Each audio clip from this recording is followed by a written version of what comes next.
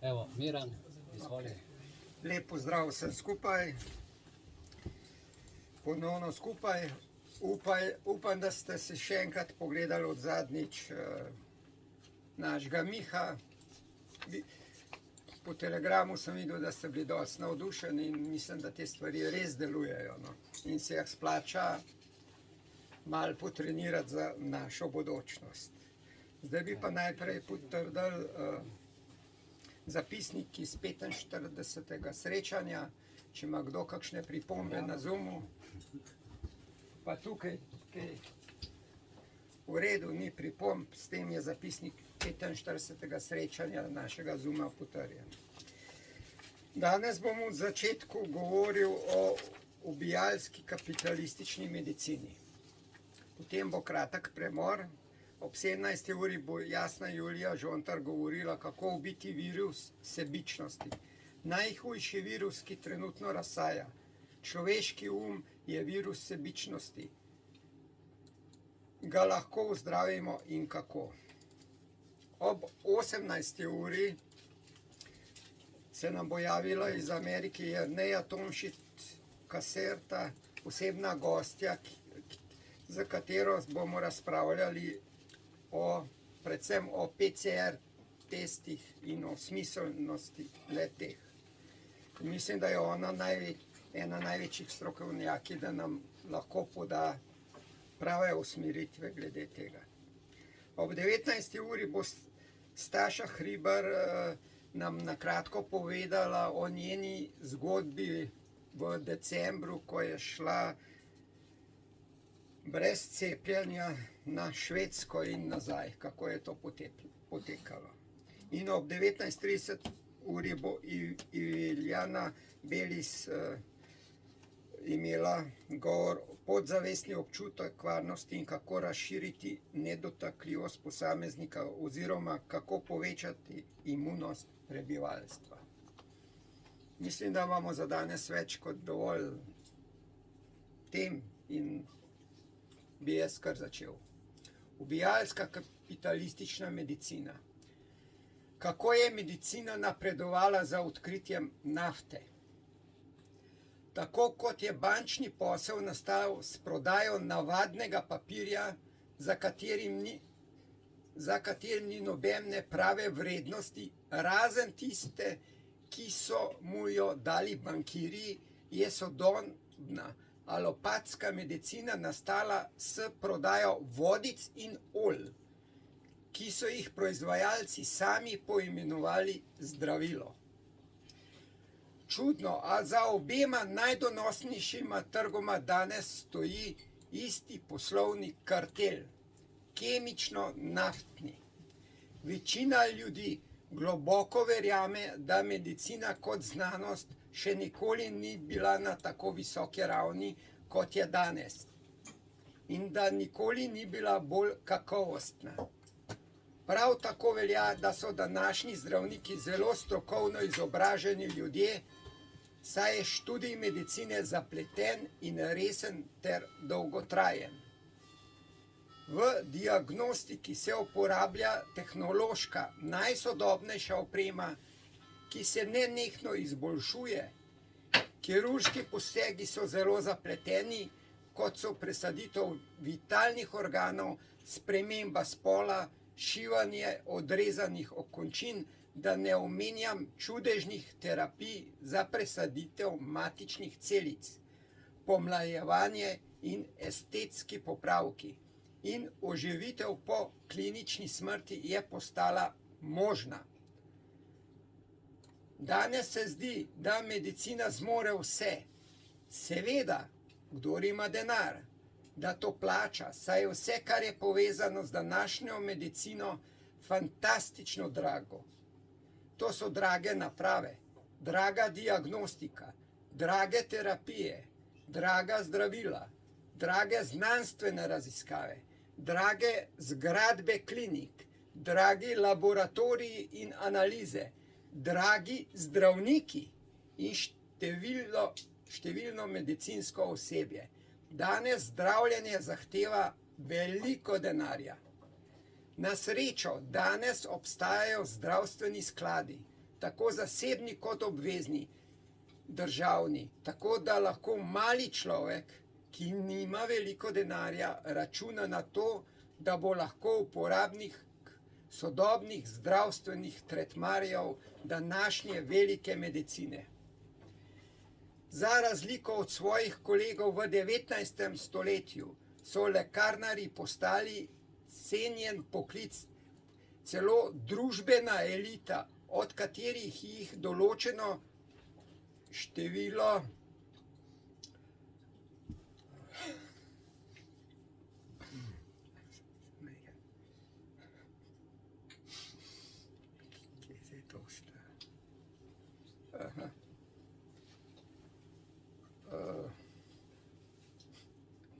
od katerih jih določeno število fantastično zasluži, še posebej, če so v zasebnih, dragih in elitnih klinikah. Profesorji na medicinskih fakultetah, bolnišnični svetovalci ali v znanstveno-raziskovalnih centrih in inštitutih. Seveda je zgornja meja direktorsko mesto močnega kliničnega centra, položaj ministra za zdravje v vladi ali vodilni položaj v številnih strokovnih in drugih združenjih in organizacijah, tudi v Svetovni zdravstveni organizaciji. Družbeni ugled vsekakor sodi k temu poklicu, tako da, ko je nekdo v vaši družini ali širši družini zdravnik, je to že razlog za rast vašega ugleda. Ampak vse pogosteje se sliši, tudi od samih zdravnikov, čeprav redkih, da sodobna alopatska medicina sploh ni znanost in da nima nič opraviti z zdravljenjem, razen da na ta način kaže svoja dejanja in je danes izključno poslovna in nevarna goljufija, ki je že stala milijone ljudi po svetu zdravja in življenja. Lahko je opaziti, da se mnogi zdravniki ne marajo ukvarjati s pacienti, v bolniške sobe pa hodijo le, ko je treba. Najraje imajo pozicije profesorja, pa tudi svetovanje in seveda akademsko izobraževanje ter potovanja na strokovne kongrese. Nekateri celo trdijo, da so današnje elitne medicinske šole huda goljufija in da ne pridobivajo znanja, ki bi resnično zdravila ljudi, ampak iluzije o zdravljenju. V teh šolah so predstavljeni vsi biokemični procesi v telesu. Zato morajo bodoči praktikanti razumeti, da brez sintetičnih zdravil pravo zdravljenje ni mogoče. In temu se reče prava profesionalna terapija. Posebna pozornost je namenjena diagnostiki, ki je razdeljena na specialiste in je usmerjena v ogromno dragih diagnostičnih naprav. Že samo iskanje teh naprav je postalo posebna specialnost, tudi znanost. Vse to skeptiki potrjujejo z neizpodbitnim dejstvom, da se s fantastičnim razvojem medicine in raznimi novimi boleznimi fantastično razvijajo. Danes je toliko bolezni, da jih je težko prešteti. Še huje, večina teh novih bolezni se sploh ne zdravi.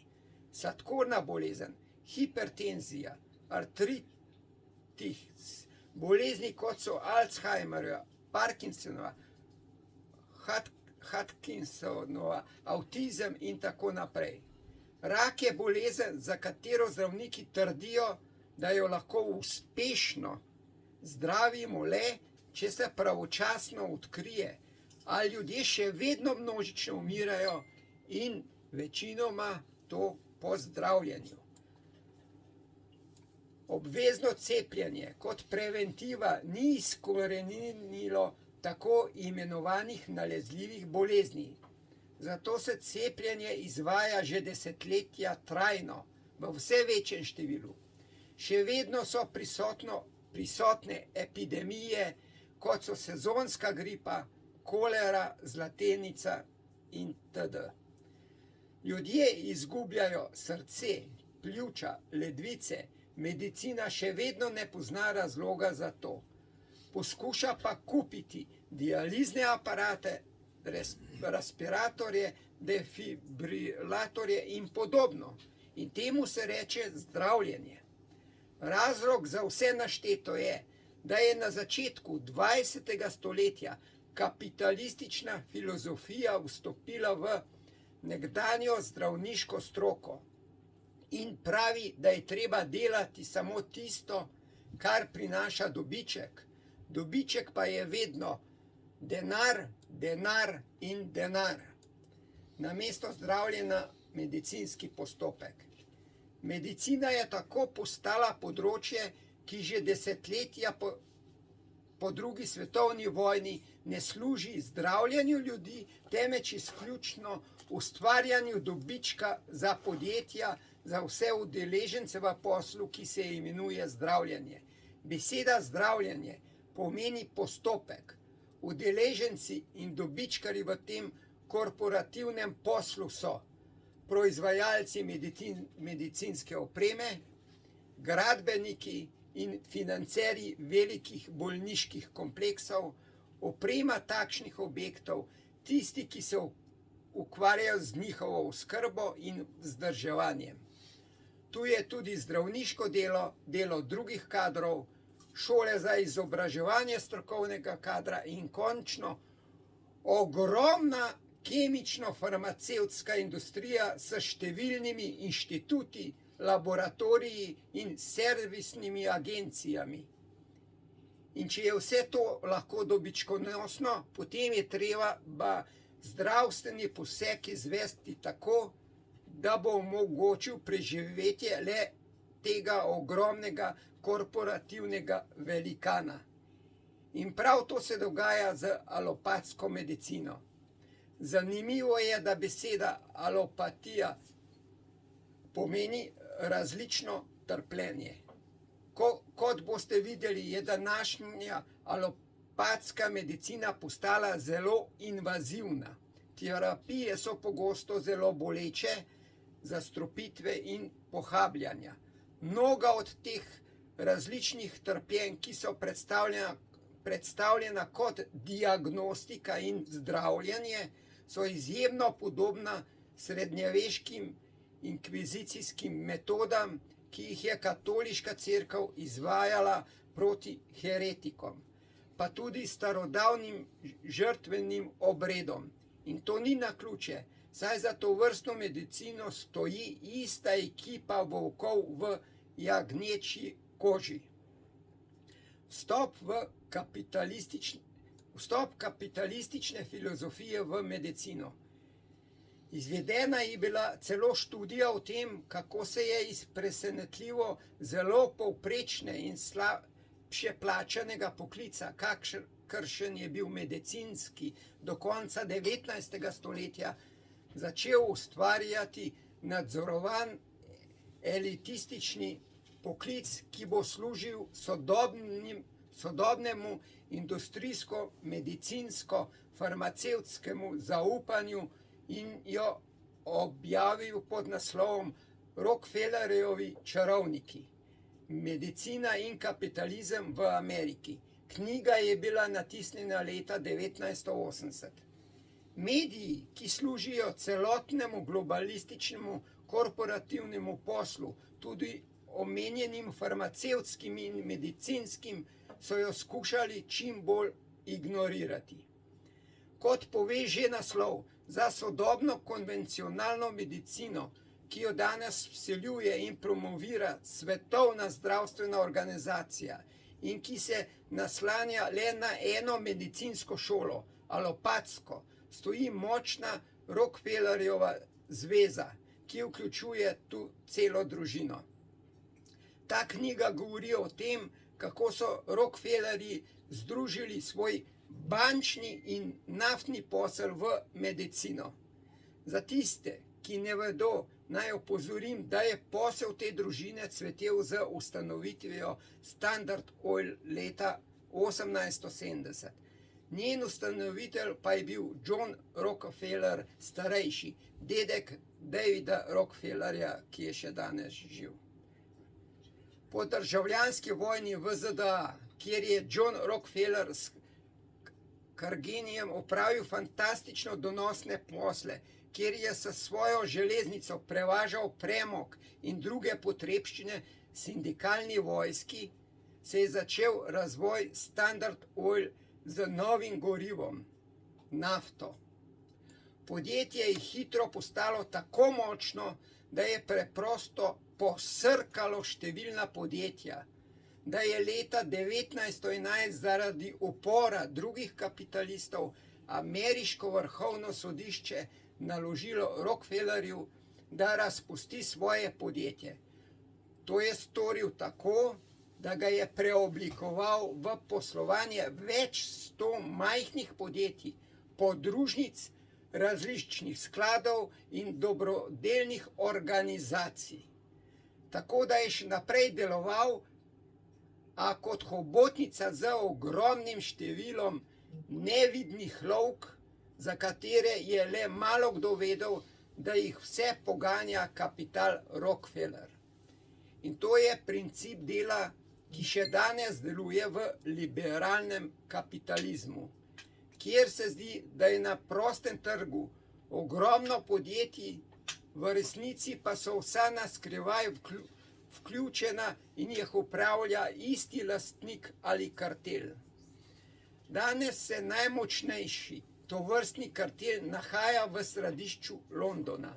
Rockefellerji pa so njegove podružnice v ZDA, na Kitajskem, Rusiji, Indoneziji in tudi na Kosovu. Pravzaprav se večinoma ukvarjajo z različnimi umazanimi posli. Ampak tukaj se bomo zadržali le pri njihovem petrokemičnem poslu, ki so ga Rockefellerji povezali z medicino. Verjeli ali ne, zahvaljujoč odkritju nafte je sodobna kapitalistična medicina začela napredovati. In najbolj zaslužen za to je William Rockefeller, oče Johna Davida Rockefellerja. Zdaj boste videli, kako je nafta postala zdravilna. Ljudje so že od nekdaj uporabljali balzame in mazila za različne bolezni.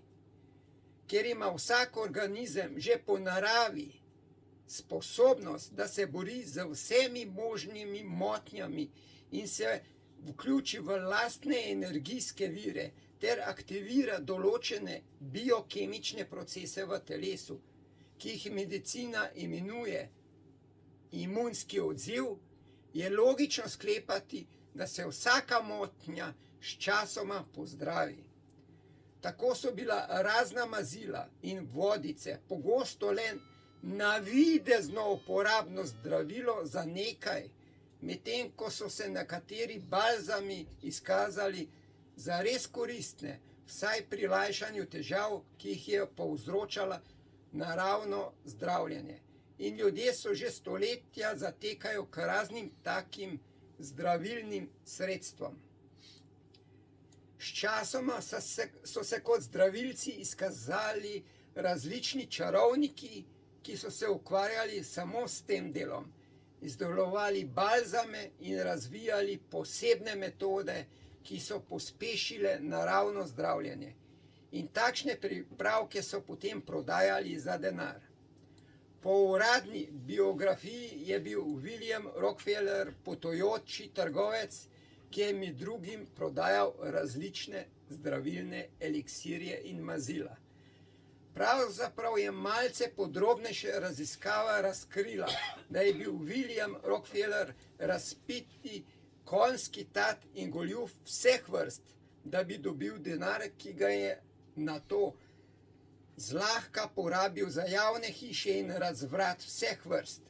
Zaradi takšnega načina življenja je nenehno spreminjal prebivališče, bežajoč pred zakonom. Bil je obseden z ženskami, zato je imel dve ženi hkrati.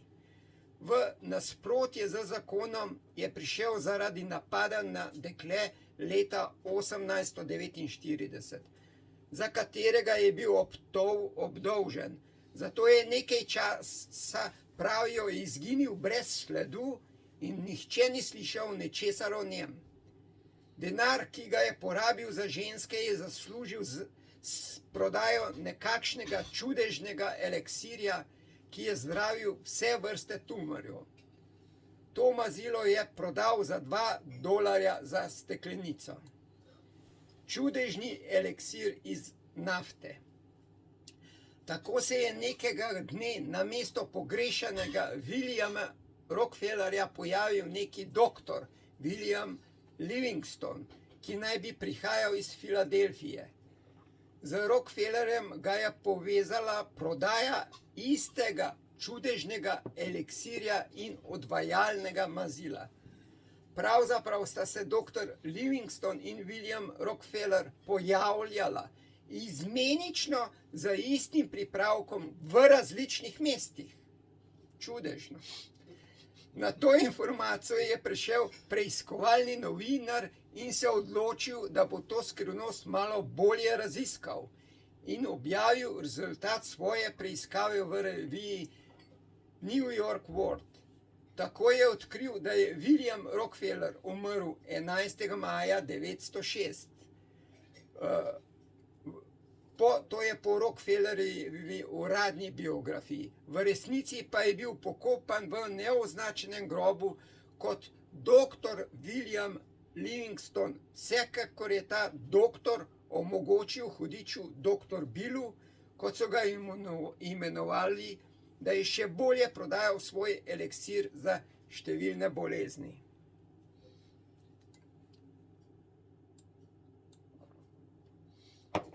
In bolezni, ki so tedaj pestile, so bile predvsem posledica slabe higiene, slabe prehrane in prekomernega uživanja alkohola. To so bile težave z jetri, driska, zaprtje, bronhitis in razni tumorni izrastki golša.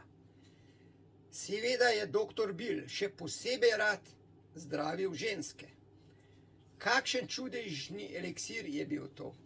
Šlo je za kamnito olje, znano kot nafta, ki so ga leta 1842 odkrili v nekaterih solnih vrtinah blizu Pittsburgha. Nafta je preprosto pritekla izpod globin zemlje in napolnila vrtine. Posestnik Samuel L. Kir pa jo je začel točiti v steklenice, verujoč v njene zdravilne lastnosti, in začel jo je prodajati kot oljni eliksir. Poimenoval jo je Keros Magic Oil in lahkoverni ljudje so jo kupili. Eden prvih trgovcev na drobno, ki je začel kupovati to olje, nafto, pri Kiru, je bil prej omenjeni konjski tat William Rockefeller. Naredil je svojo blagovno znamko in jo imenoval Rock Oil ali Seneca Oil, kjer je bilo Seneca ime slavnega indijanskega plemena. Vendar pa je naredil najboljšo reklamo za ta izdelek, ko se je začel predstavljati kot dr. William Livingston, slavni strokovnjak za tumorje. Predstavil jo je kot zdravilo, ki zdravi vse tumorje, razen če je bolezen preveč napredovala. Podobno, imam občutek, da vsi to danes tudi slišimo te stavke pri naših medicincih. Čudežen stavk, ki vedno pomaga, pa nikoli nisem nič kriv. Verjeli ali ne, to je začetek enega najbolj dobičkonosnih farmacevtskih podjetij. Danes je zdravljenje raka zlata gost tega posla in isti oglaševalski stavek je ostal do danes. Rak je ozdravljiv, če ni preveč napredoval. To pomeni, zdraviti morate začeti takoj. Torej, preden se tumor v svojem razvoju ne ustavi in zapre. Mnogo let pozneje so sodobni genski inženirji poskrbeli, da se nikoli ne ustavi. In sicer tako, da so v tumorske celice vbrizgali različne rakotvorne mikroplazme. Hudičev zdravnik Bill je uspel prodati 1 steklenico olja za vse tumorje za $25, kar je znašalo 2 povprečni mesečni plači delavcev takrat. Ta donosen posel s prodajo čudežnih eliksirov je nadaljeval njegov sin John Rockefeller, ustanovitelj najmočnejše naftne družbe Standard Oil, danes je to Exxon Mobil. Standard Oil je tako začel proizvajati še eno čudežno naftno zdravilo, ki se je prodajalo do nedavnega in je podjetju prineslo fantastičen dobiček. Šlo je za zdravilno, tekoče mazilo, ki se je uporabljalo kot odvajalo.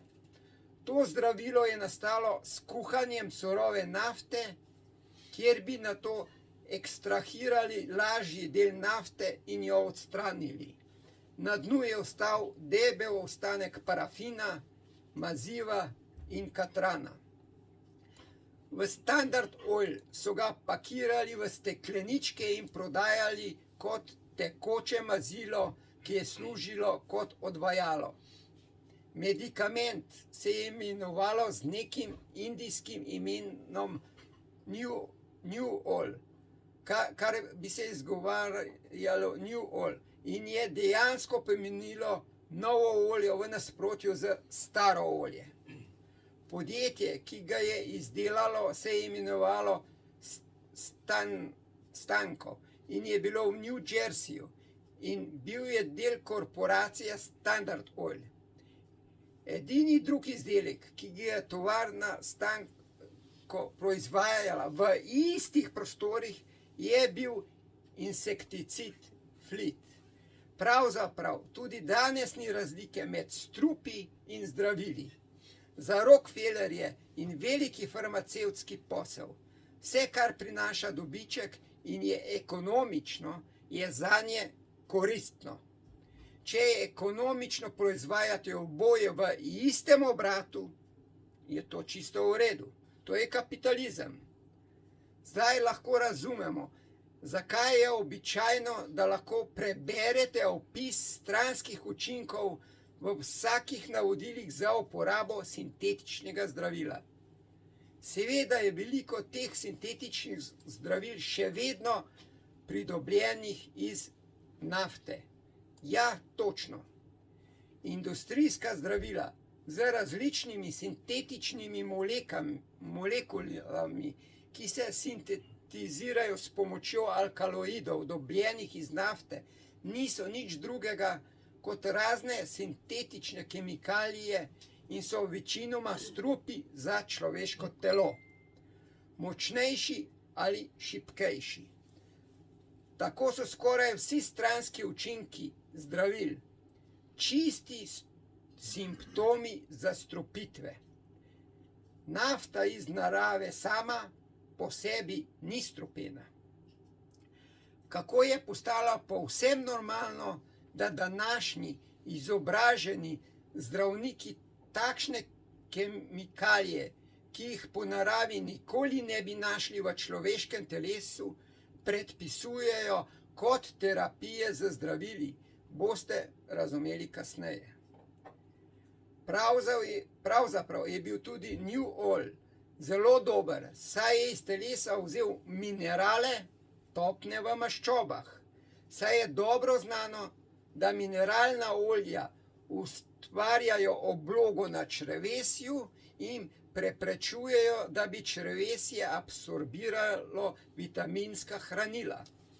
Toda tehnologiji Stanka so prej ali slej prišli na idejo, da bi New Oil, ki se dobro razgradi v maščobah, dodali karoten in so ta naftni ostanek namočili z zdravim karotenom. New Oil se oglašuje tudi kot odvajalo s karotenom. Z enim sodčkom nafte, katerega cena je bila takrat $2, so lahko s proizvodnjo in prodajo New Oil ustvarili fantastičen zaslužek. Tako je lahko Stanko iz enega sodčka nafte po kuhanju napolnil s tem ostankom nafte 1000 steklenic po 1 unčo. Lekarne so to kupovale na veliko po ceni 21 centov za steklenico. Standard Oil pa je proizvodnja le tega stala le 1/5 centa. In to se imenuje fantastičen posel. Še posebej, če imaš pogum to prodati in da te na dolgi rok ne skrbi za zdravje ljudi. To je bil zastrašujoče velik dobiček. Tako je za ustanovitvijo zaupanja veletrgovcev pod nadzorom Rockefellerja od leta 1939 do 1949 počasi rasel posel, vreden $10 milijard takratnih, zaradi katerega je dinastija Rockefeller že leta 1949 postala izjemno bogata in močna. Danes Rockefeller and Medical Trust obrne več kot $200 milijard na leto samo za zdravljenje raka. S toliko denarja je lahko Rockefeller plačal kongresnike, senatorje in vse ministre za zdravje in energijo ter druge politike, ki so sodelovali v zakonodaji in izvršilni oblasti ZDA. Vsi so potem imeli jasno nalogo, da pomagajo pri sprejemanju zakonov in oblikovanju vladnih politik, ki bi temu velikemu podjetju pomagale ohraniti svoj dobiček in monopol nad medicino. Ameriški senator je oglaševal Rockefellerjev kamnito olje kot zdravilo. Na primer, Royal S. Copeland je diplomiral iz medicine, vendar nikoli ni delal v praksi. Najraje je imel politiko in denar. Tako je postal odličen kandidat za partnerja v velikem Rockefellerjevem medicinskem poslu. Takoj, ko je dobil vodilno mesto v ameriškem zdravniškem združenju, je Copeland kot dvojni kongresnik, izvoljen kot republikanec in demokrat, začel s kampanjo za položaj ministra za zdravje v zvezni državi New York. Z tega mesta je začel kampanjo za senatorja, zahvaljujoč Rockefellerjevemu denarju. V času svojega celotnega senatorskega mandata od leta 1923 do 1938 je Copeland služil izključno Rockefellerjevim interesom. In seveda je kot vpliven človek v medicinski industriji priporočil New Oil. Za to reklamo so bili radijski mikrofoni vsako jutro v njegovi ordinaciji, kjer je na začetku uspešnega dneva kot zdravnik priporočal redno jemanje. New Oil zjutraj, človeško črevesje deluje kot po maslu, je bilo glavno oglaševalsko sporočilo. Zato je od Rockefellerja prejel letno plačilo v višini $75,000, kar je bilo več od plače ameriškega predsednika. Zahvaljujoč Copelandu kot senatorju so tako proizvajalci strupenih barv za lase dobili licenco za svoj izdelek pod pogojem, da na transportnih škatlah piše, da je strupena. Le katera ženska pogleda kaj piše na veliki škatli, v kateri so barve zapakirane za veloprodajo. Niti ni dostopnja njim, še trgovci sigurno ne pogledajo. Ne. Kopeland je tudi dovolil, da so proizvajalca mil izvzeti iz zakona o obdavčitvi kozmetičnega izdelka, saj bi se, kot je sam trdil, sicer pridružili drugim podjetjem, ki niso bila pod Rockefellerjevim nadzorom, kot največji akterji na kozmetičnem trgu v boju proti zakonu. Zato se milo ne obravnava kot kozmetika.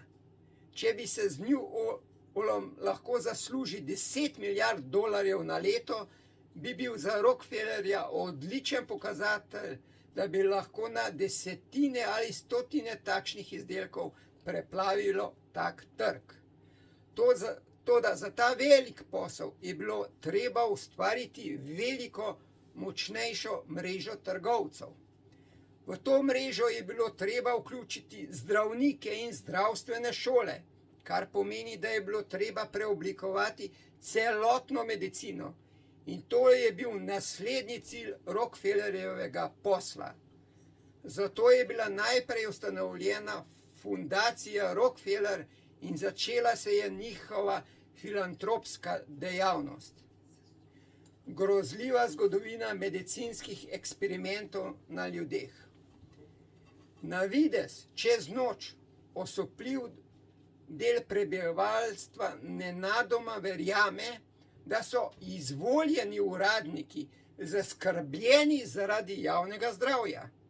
Mnogi državljani na zvezne organizacije gledajo kot na skrbno in dobrohotno silo, vendar je zgodovina večkrat dokazala nasprotno. Skozi desetletja so vlade izvajale grozljive poskuse na moških, ženskah in otrocih. Nešteto nedolžnih žrtev je bilo nesmiselno ubitih v rokah pokvarjenih birokratov. Srhljivo je, da sodobni časi niso izjema za te zahrbtne posameznike. V državah po svetu se še naprej dogajajo gnusna dejanja, da bi družba v celoti razumela, kaj se trenutno dogaja, mora pozorno pogledati pretekle dogodke. Tukaj je le nekaj primerov, kako so naši civilni sektorji zavestno kršili človekove pravice.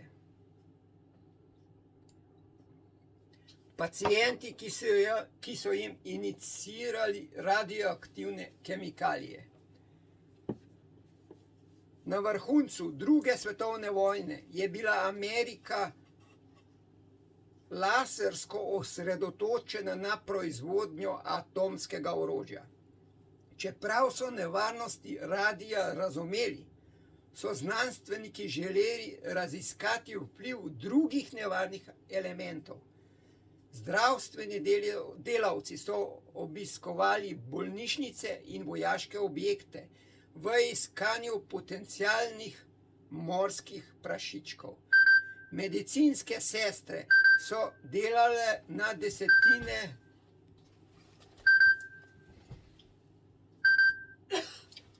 desetine injekcij radioaktivnega plutonija.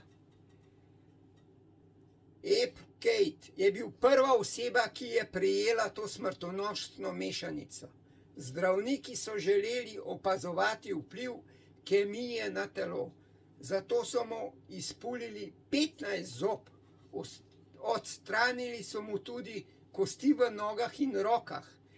Kate je pobegnil iz bolnišnice, vendar je na koncu umrl zaradi srčnega popuščanja. Drugi preiskovanci so utrpeli izčrpavajoče vseživljenjske zaplete. Invalidne otroke so hranili z bolnimi iztrebki. Willbrook je bila šola, ki jo je financirala država za otroke z duševnimi in telesnimi motnjami. Skoraj 15 let je inštitut izvajal odvratne epidemične študije na ranljivih mladostnikih.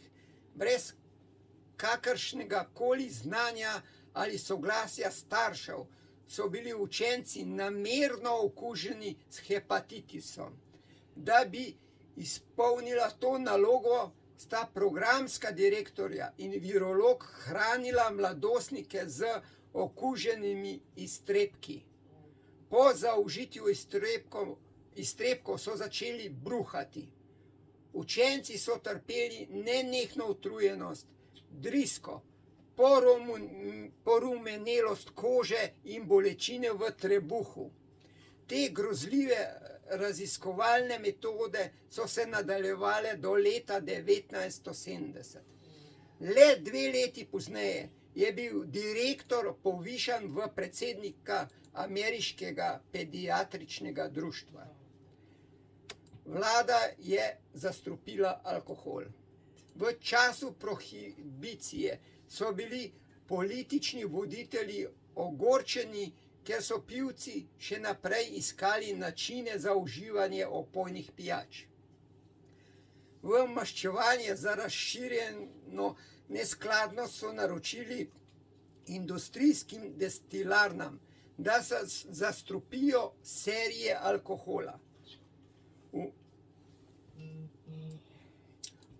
Umazani izdelek so nato razdelili trgovcem z alkoholom po New Yorku. Na tisoče obiskovalcev je uživalo smrtonosne koktajle, napolnjene z grozljivimi sestavinami, kot so kerozin, bencin, kloroform, aceton, živo srebro, formaldehidi in metanol. Urgentne sobe so bile nenadoma napolnjene s hudo bolnimi bolniki. Število trupel je v kratkem času eksponentno naraslo. Več kot 10.000 nedolžnih državljanov je bilo umorjenih v rokah grozljive administracije. Biološki napad na prestolnico. San Francisco je urbana metropola, znana po gosti megli. Pokvarjeni kemiki so to mesto, pokrito z meglo, videli kot popolno okolje za prikrivanje zlonamernih poskusov. Od leta 1950 so oborožene sile Združenih držav izvedle vrsto bioloških napadov na lastne ljudi. Med operacijo Sea Spray so ladje mornarice prekrile 800.000 prebivalcev z ogromnimi količinami steriliziranih sredstev in škodljivih bakterij. Nesojene skupnosti so kmalu začutile posledice. Vsaj en moški je umrl, veliko drugih pa je bilo hospitaliziranih. Od leta 1932 do 1972 sta ameriška javna zdravstvena služba in predstavniki CDC izvedli študijo o sifilisu. Več kot 600 obubožanih Afroameričanov je bilo izbranih za udeležence pod spodbudo brezplačnih zdravstvenih storitev. Zaposleni so prostovoljcem lagali, da bo študija trajala le 6 mesecev. Skupno jih je imelo 399 spolno prenosljivo okužbo. Nikoli niso bili obveščeni o svoji diagnozi. Raziskovalci so analizirali bolezen, kako je napredovala.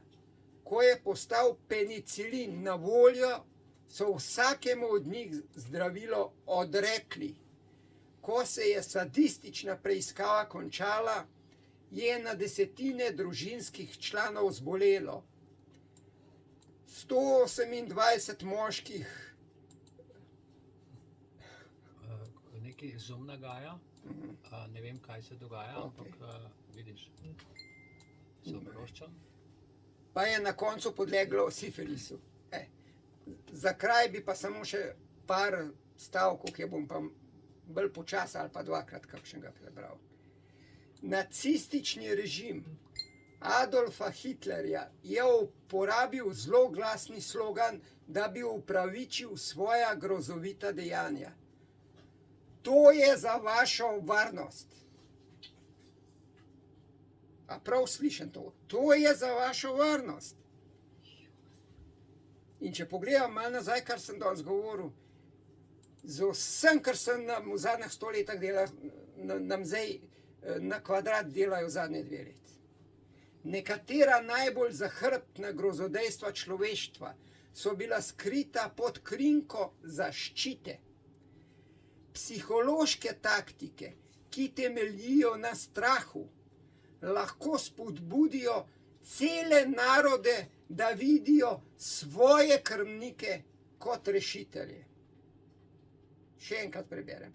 Psihološke taktike, ki temeljijo na strahu, lahko spodbudijo cele narode, da vidijo svoje krvnike kot rešitelje.